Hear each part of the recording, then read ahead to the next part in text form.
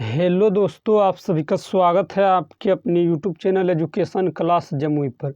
तो दोस्तों, आज प्रश्नावली 4.3 का प्रश्न संख्या 1 हल करेंगे।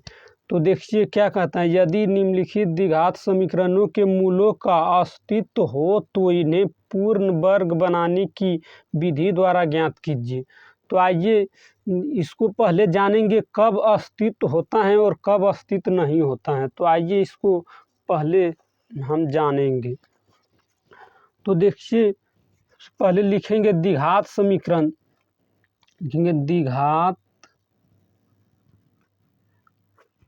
समीकरण। तो द्विघात समीकरण का व्यापक रूप होता है ax² प्लस bx और प्लस c और बराबर 0। और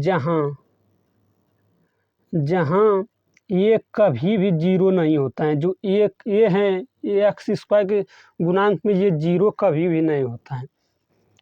तो आइए इसको अस्तित्व होने के लिए लिखेंगे। अस्तित्व होने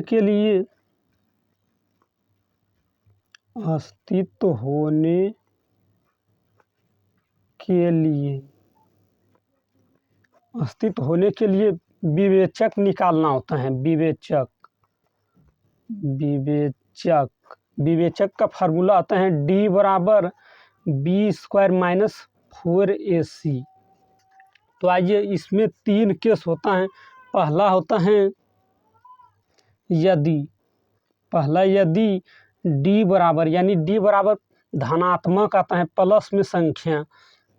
अगर d बराबर कोई भी संख्या धनात्मक आता है तो मूल उसका मूल वास्तविक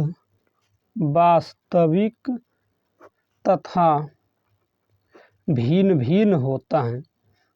भिन्न भिन्न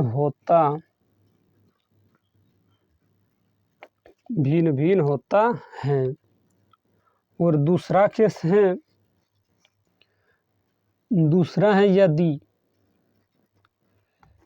यदि d बराबर ऋणात्मक, यानी d बराबर ऋणात्मक कोई भी संख्या आता है।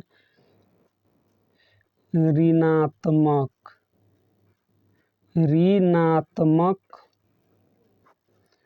कोई भी संख्या अगर d बराबर ऋणात्मक आता है तो उसका कोई मूल नहीं होता। यानी लिखेंगे कोई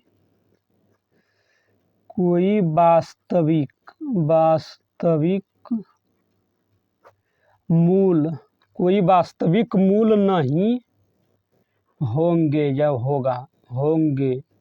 कोई वास्तविक मूल नहीं होंगे यदि d बराबर माइनस में आता है। अगर d बराबर 0 आएगा। तीसरा है अगर d बराबर 0 आएगा, यानी शून्य,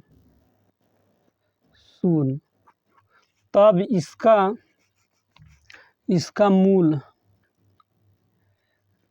मूल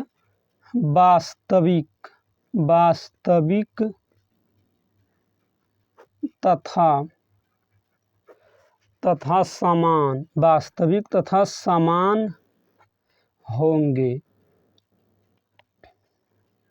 तो आइए ये हम जान लिए। अगर देखिए, पहले द्विघात समीकरण का व्यापक रूप होता है ax² plus bx plus c बराबर 0, जहाँ a कभी भी 0 के बराबर नहीं होता है। यानी a का मान जो x² के साथ में गुना में है वो कभी भी 0 नहीं होता है।